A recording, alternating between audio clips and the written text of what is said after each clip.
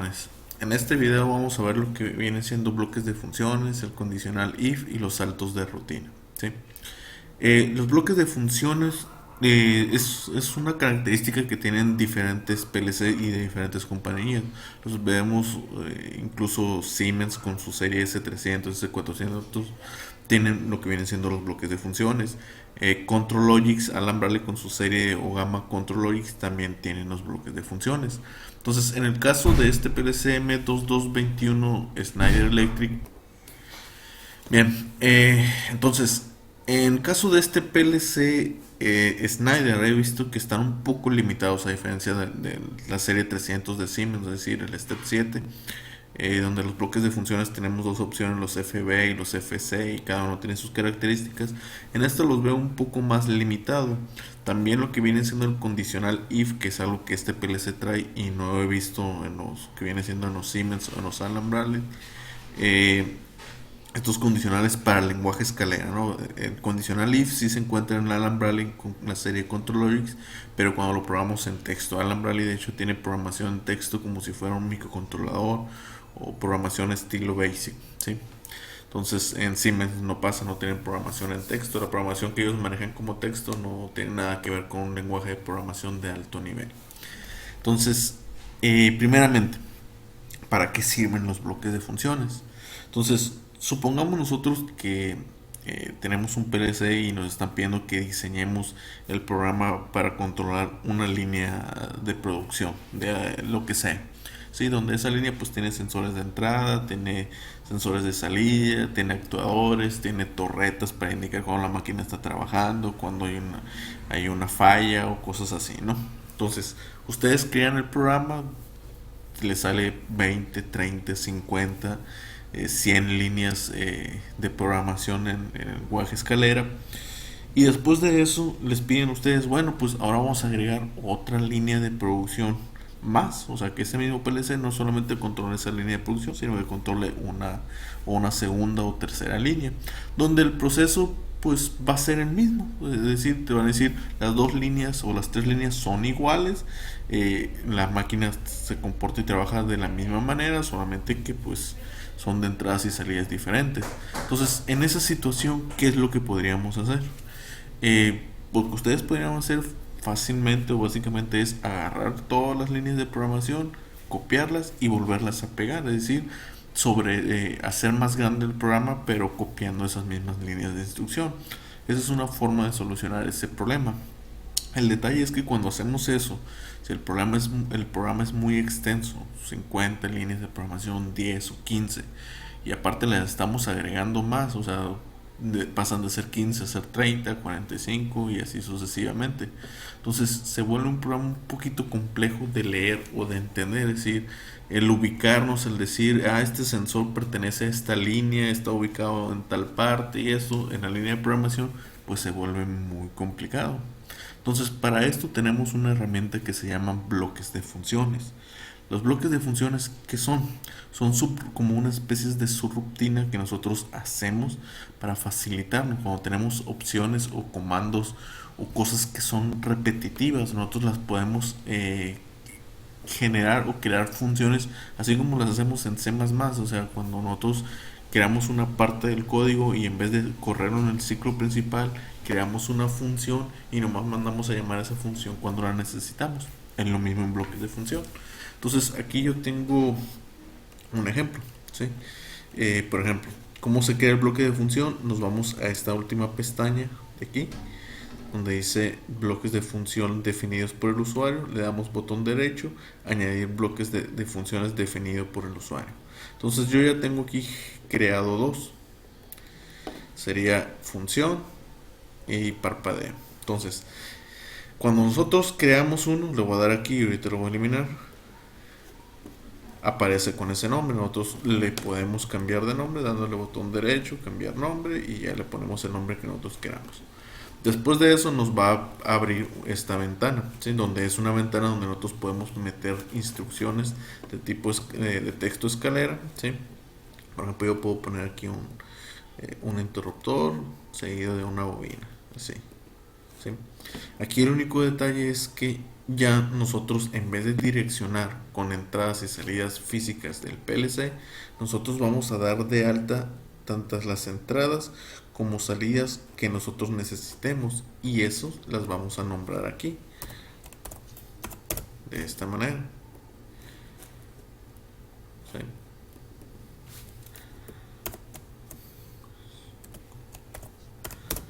Así. Y aquí podemos crear, ir agregando, ir quitando, podemos meter memorias y todas esas cosas, ¿no? Entonces este bloque yo lo voy a eliminar porque es exactamente igual al que tengo aquí. Este que está aquí. Entonces es igual, ese es el mismo. De tal manera que yo pongo estas entradas y estas salidas, no son salidas físicas, no son incluso ni memorias, son memorias pero pertenecientes al bloque de función. De ahí, ¿cómo yo llamo ese bloque de función? Yo me voy a la tarea maestra aquí, al POW de este abajo, que es el principal, por así decirlo. Entonces, y yo quiero jalar o llamar ese bloque de función, pues yo simplemente voy a eliminar este de aquí. Voy a hacer una nueva línea aquí. Aquí está. Entonces me voy a esta opción, otros elementos, selecciono, no, perdón, es aquí. En esta opción donde escojo los timers, todo eso, me voy hasta la última opción y ahí me van a aparecer todos los bloques de función que yo tengo. Ahorita tengo función y parpadeo. Entonces si agarro parpadeo, lo jalo, se ven que aparece como si fuera una especie de bloque, como si fuera un timer, donde dentro de este bloque pues está lo que nosotros hemos programado, que son estas líneas esta línea de programación, esta línea de instrucción. Entonces aquí me está pidiendo que yo le dé una entrada, entonces yo le puedo dar una entrada física, y aquí me está pidiendo, me va a mandar una salida, le doy una salida, y esta sí la puedo redireccionar a una salida física que yo quiera. A ver si esta no la estoy usando. Sí, la estoy usando. Entonces voy a poner aquí la 2. La 2. Listo. Y si nosotros simulamos esto,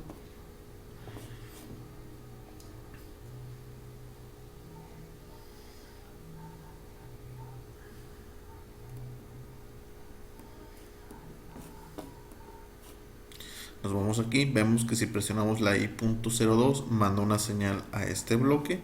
Este bloque pues básicamente recibe esa señal y activa esta salida, que esta salida está conectada a esta física. Entonces activo la salida 2 y enciende la salida 2. Es un bloque bastante sencillo que solamente sirve como explicación o como ejemplo de qué es un bloque de función.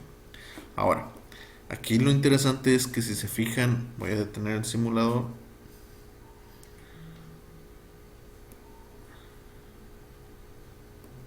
Si se fijan aquí en el bloque nos está apareciendo el nombre parpadeo, porque así se llama el bloque de función, y aparece el número 0. ¿Qué significa esto? Que yo puedo volver a llamar otro bloque igual. Puedo volver a llamar este bloque y colocarlo aquí a un lado.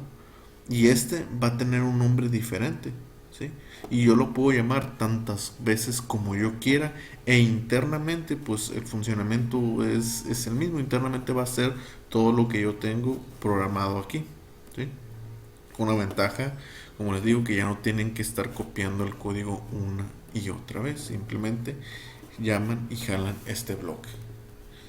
Entonces yo tengo aquí estas dos líneas de programación que son para hacer un parpadeo. O sea, activo esta señal, esta memoria al inicio está desactivada, empieza a contar un timer del tipo tone, el timer cuenta un segundo, activa la salida de esta física, prende, al mismo tiempo esta señal manda aquí un timer que cuenta 2 segundos para activar esta bobina, para resetear el timer. Básicamente es un parpadeo de 1 segundo, solamente que yo lo hice en 2 líneas.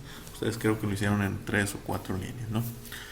Entonces yo puedo meter estas dos líneas de programación porque esto es algo que es muy repetitivo, el tener un parpadeo para determinar que hay un paro de emergencia o un mal funcionamiento en una línea, puede ser en diferentes partes de un proceso. Entonces, en vez de copiar este código, lo que yo hago, genero la función 1, y la función 1 nuevamente es lo que viene siendo dicho parpadeo, o sea, dos líneas de programación donde yo tengo una entrada, tengo una salida, y como necesito memorias para trabajar, genero esta memoria, esta variable, por así decirlo.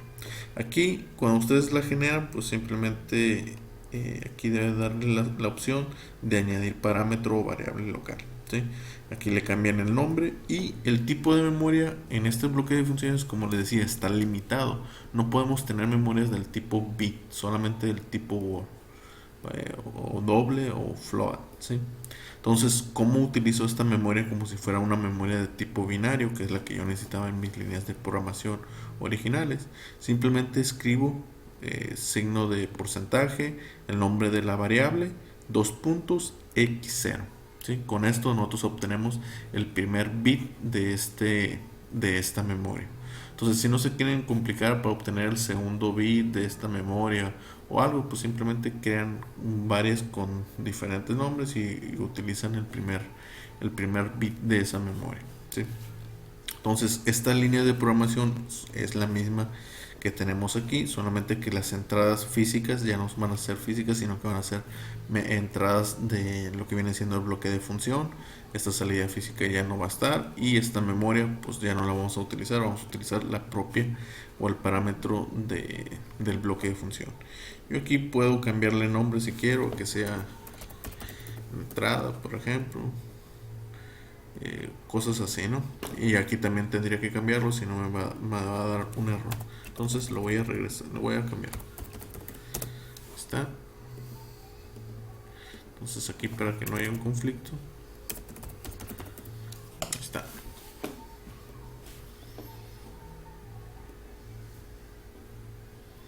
¿Sí?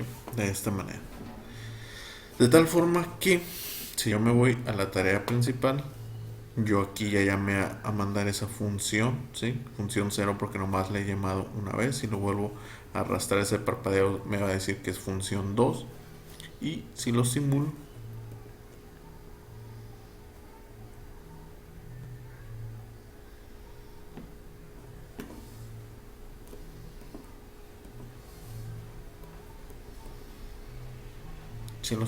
pues aquí la señal de entrada es el puerto, el pin 0.0. Activamos, y eso va a hacer que la salida empiece a parpadear. ¿De acuerdo? Exactamente lo mismo de aquí. Si yo activo el 0.1, este ya es sin bloque de función, va a ser exactamente, ¿sí? Entonces, estas líneas y tener esto es lo mismo, solamente que ahora yo lo puedo llamar otras veces en vez de estar copiando y haciendo más extenso lo que viene siendo mi programa. Además de esto, nosotros también tenemos lo que vienen siendo las subrutinas. Es diferente una subrutina a lo que viene siendo un bloque de función. ¿Por qué? Un bloque de función yo lo puedo llamar todas las veces que yo quiera. Puedo generar 3, 4, 5, 6 de estos bloques de funciones. La diferencia de una subrutina es que, por ejemplo, si yo quiero agregar más información, más líneas de programación, y no quiero hacer tan complejo el programa, tan largo, lo que hago simplemente me voy aquí. En POU disponibles le voy a detener el simulador porque no está dejando. Aquí le doy en POU disponible, le doy añadir POU disponible, me va a generar una subrutina con un nombre diferente. Este es la SR0, donde aquí nuevamente yo puedo escribir todas las líneas de programación que yo quiero. La diferencia de un bloque es que, por ejemplo, aquí ya tengo una creada, donde si yo activo la entrada 0.5, se va a activar la salida 0.5. Si me voy a la entrada principal, al programa principal, aquí veo que en esta línea de programación yo tengo las opciones o la línea de programación para activar esa rutina. Básicamente, si yo activo la entrada 0.6, me va a mandar a llamar o a ejecutar lo que tengamos en la subrutina 1, la SR1, que es esta de aquí que puse ahorita. Entonces, ¿cómo jalo esta etiqueta? Esta etiqueta se jala de aquí. Esta es la de salto. Básicamente lo que cuando llega a esta punta, el compilador o el PLC se va a ejecutar las líneas de programación que están aquí. Y solo las va a ejecutar cuando esta condición se cumpla. ¿Qué significa eso? Voy a iniciar el simulador.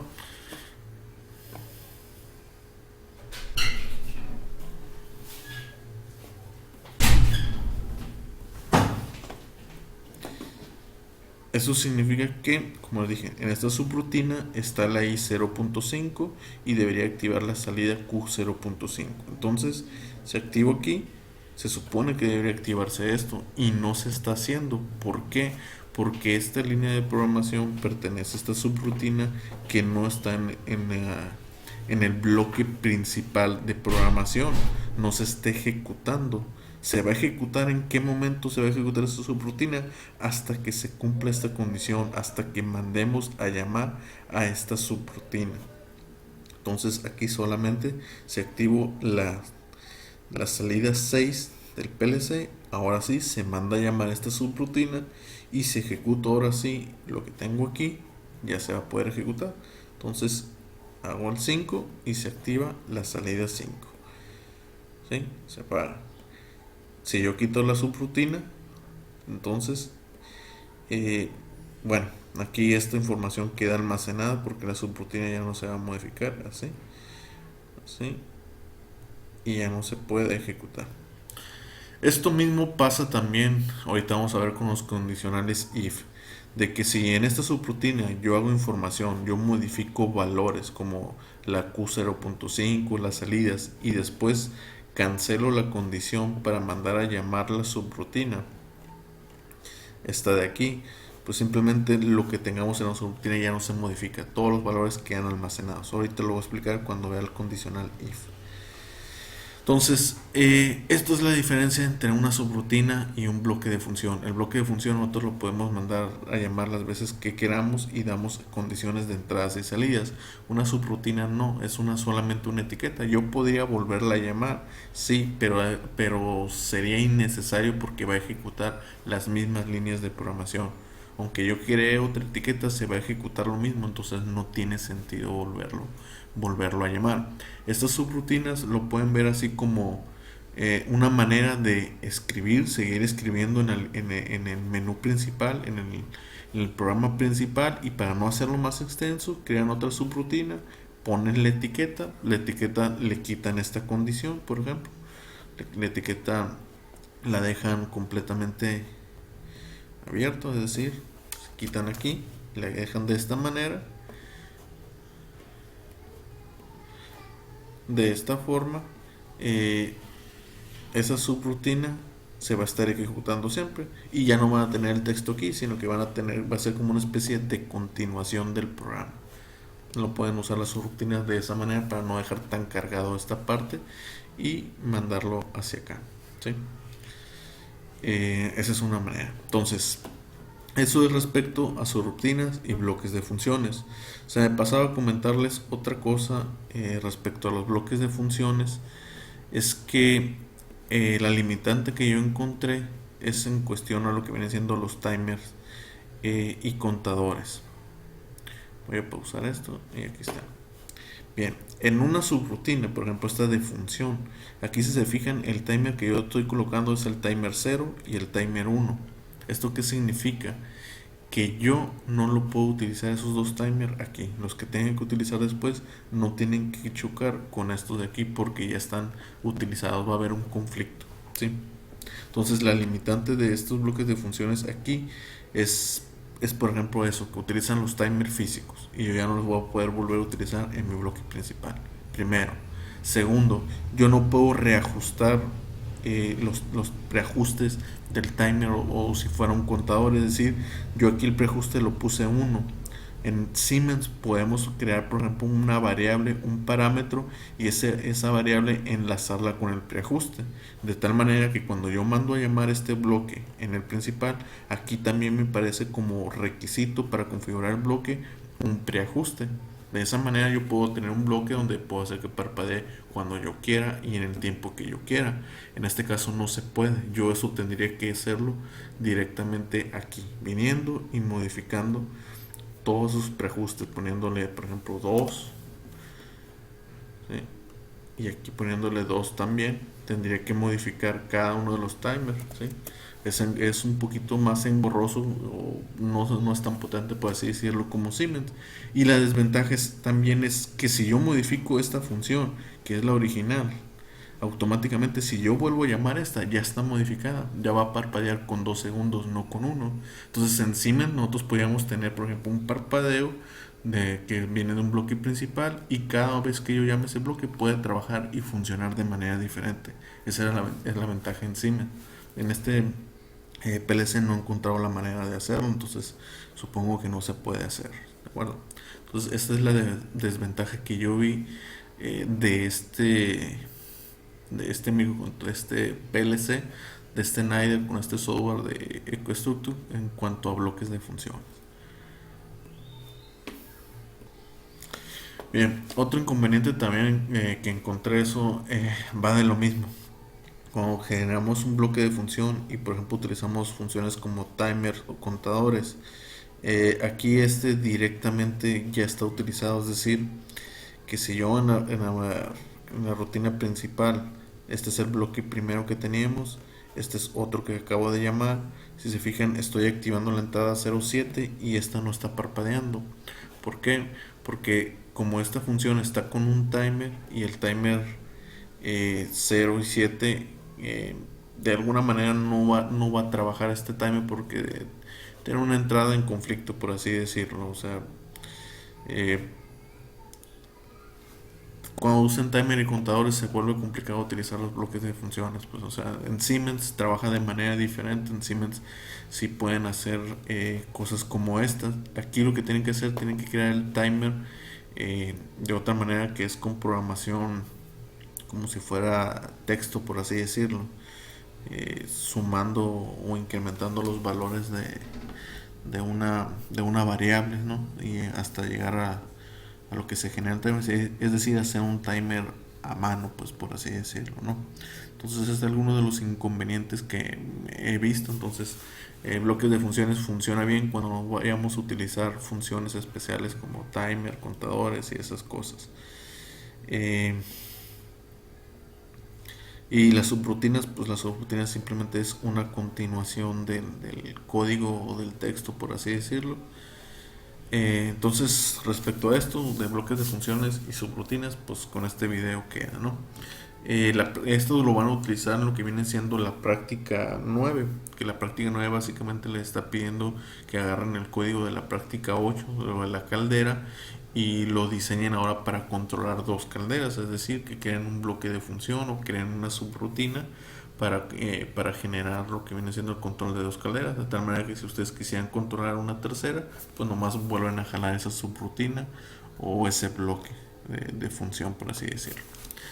Y para terminar vamos a ver lo que viene siendo el condicional if. Esto es algo que no he visto en otros PLC, al menos yo en lo personal no me ha tocado utilizarlo, solamente aquí.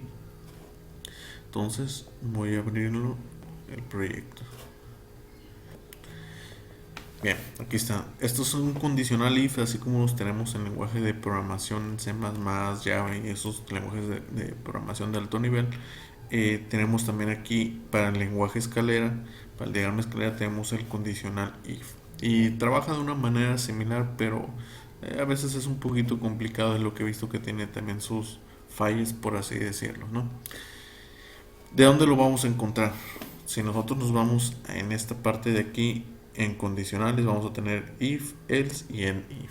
Nosotros sabemos que todos estos pertenecen al if, por así decirlo. Es decir, si yo llamo hello if, lo que va a hacer, me va a crear este bloque que está aquí.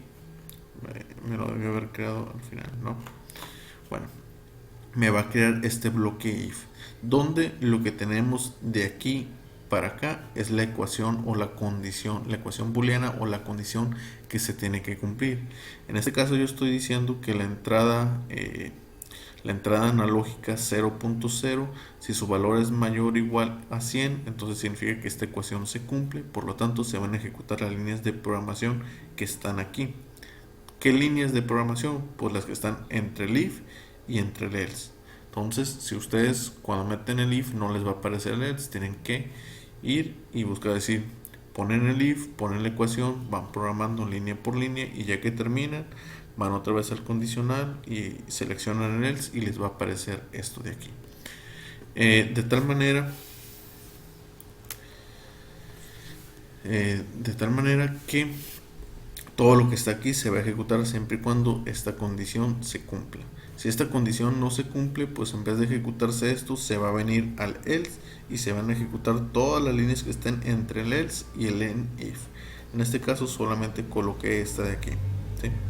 Y ya una vez terminado tienen que poner el if para decir que este es como las llaves que utilizamos en C++ para decir que el if aquí termina. Y todo lo que está por debajo de aquí ya son líneas de programación normales que no están dentro de un if. Entonces, ¿cómo trabaja esto? Como les dije, básicamente va a checar si la entrada analógica 0.0 es mayor que 0. Si esto se cumple, se viene esta línea de programación. Si nosotros presionamos este interruptor, se activa este timer, cuenta 3 segundos, se activa esta bobina. Después de eso, va a almacenar en la memoria W0 el valor de 0 y después va a decir si la memoria, el valor de la memoria 0 es igual a 0, pues que esta bobina la active. Como esta memoria siempre va a ser 0, significa que esto que tenemos aquí se va a activar.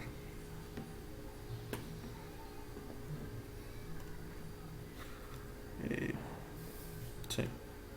Y en el else lo único que hacemos es que en esta memoria le estamos almacenando el valor de 1 y al final de la línea tenemos que si la memoria vale 1, si esta memoria tiene el valor de 1, pues simplemente se va a activar la salida Q01.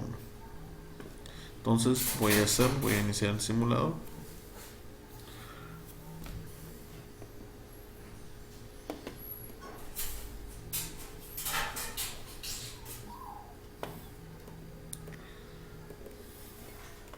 Entonces al principio esta condición no se está cumpliendo porque la entrada analógica vale 0.0. Entonces esta función no se cumple, entonces se va forzosamente al else. El else lo único que da el valor de la memoria 0 le da el valor 1 y de ahí se sale del if y si este valor vale 1 pues activa la salida 0.1 que es la que está activa. Entonces, ¿qué pasa si el valor de la entrada analógica cambia? Cambia a 101, por ejemplo. Ya esta condición se empieza a crear, se ejecuta, por así decirlo. Este timer empieza, bueno, hasta que esta está activa, el timer empieza a contar. Ahorita almacena el valor de hacer una memoria 0. Y aquí simplemente esto le está dando false porque por el hecho de que aquí si esta memoria vale 0 lo apaga, ¿sí? Ahorita voy a explicar por qué tengo que hacer esto. Entonces si yo activo la memoria 0, está, pasan 3 segundos y se apaga, ¿de acuerdo? ¿Qué pasa si este valor cambia? Si el valor de la entrada analógica ahora es 90, pues vemos que si es menor que 90 esta condición ya no se cumple y se viene al else, ¿no? Ejecuta esto de aquí y activa esta memoria de aquí, activa esta bobina. Pero ¿qué es lo que está pasando con esto de aquí? Con el timer, con la salida del timer, la Q0.0. Se supone que esta condición no se está cumpliendo, esto de aquí no se debería estar ejecutando. ¿Qué es lo que pasa? Con el if tienen que tener cuidado porque si todo lo que ustedes dejen activo dentro de aquí, cuando esta condición ya no se cumple y se vaya al else, esto ya no se modifica. Es decir, que si esta memoria, esta salida quedó activa y se va al elf y aquí no al else, entonces aquí la tienen que desactivar porque si no, no va a pasar. O sea, aquí ya no se modifica nada. Es lo que está pasando. Por eso esta quedó activa y va a quedar de esa manera si yo no lo desactivo en mis siguientes líneas de programación.